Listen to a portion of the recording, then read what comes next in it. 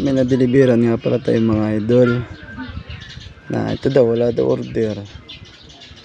Ang pangalan ng produkto ay healing patch. Wala daw order. Tapos meron pang isa dito. Dideliveran ulit natin ngayon. Healing patch din. Ang produkto halos parehas lang. Try natin deliveran to mga idol. Kung kukuhain, kung may order nga.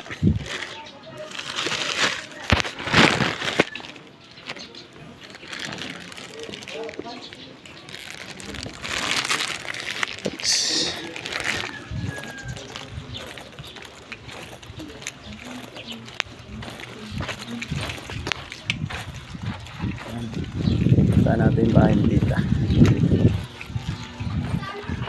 Tingnan natin kung may order nga siya. Okay, thank you. Opo. Ate Noemi po, Roldan.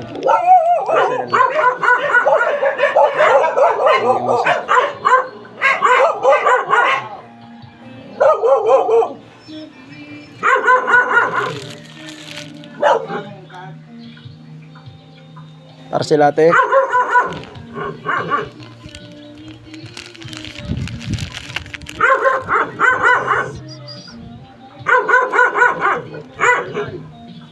$199 po.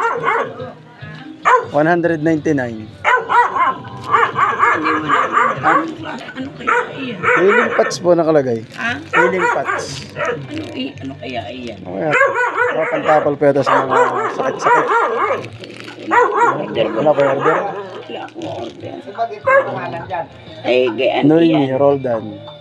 Order pati ang gamit. De Los Santos na gamit. Alam mo, kinukuha nila siguro sa sa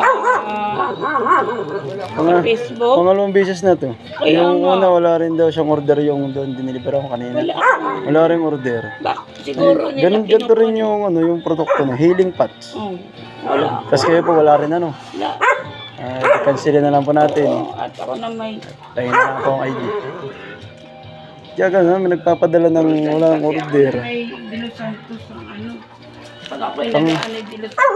Pangalawa na ito. Yan na isa yung order mo dati. Nakukuha yung kwan mo pangalan. Nakukuha. Di ba sana kung may order? Nagpapadala sila ng kahit wala kang in-order, pinapadala nila. Dapat hindi sila nagpapadala. Kanina kung may order, wala. Dapat hindi pa sila nagpapadala.